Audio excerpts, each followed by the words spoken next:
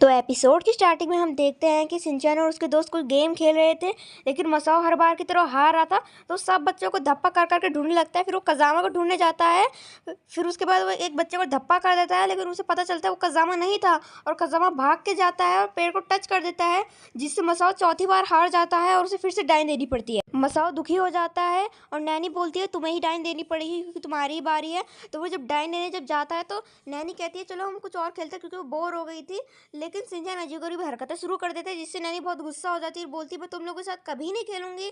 और नैनी मिस्टीरियसली एक अननोन बच्चे का हाथ पकड़ के चली जाती है। फिर उसके बाद हम देखते हैं बो और कज़ामा को नैनी की बुराई करते हुए, लेकिन नैनी आके चिल्लाने लगती है कि तुम मेरी बुराई कर रहे हो। तो फिर वो देखती है कि वो तो अकेला ही है, तो फिर वो किससे बात कर रहा था। नैनी बहुत कंफ्यूज हो जाती है। फिर उसके बाद हम देखते हैं प्रिंसिपल सर बोल रहे हैं क्या तुम लोग आइसक्रीम खाना चाहोगे। तो शिनचैन कहता है लेकिन हमें स्ट्रेंजर के साथ नहीं जाना चाहिए। तो फिर वो कहता है कि मैं स्ट्रेंजर थोड़ी हूँ, मैं तो तुम्हारा प्रिंसिपल हो। तो फिर शिनचैन कहता है ठीक है गैंग लीडर।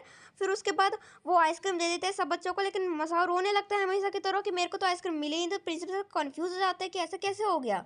उन्होंने तो 5 आइसक्रीम निकाली थी, लेकिन प्रिंसिपल सर मसाओ को अपनी आइसक्रीम दे देते हैं ताकि वो रोए ना बच्चों की तरह।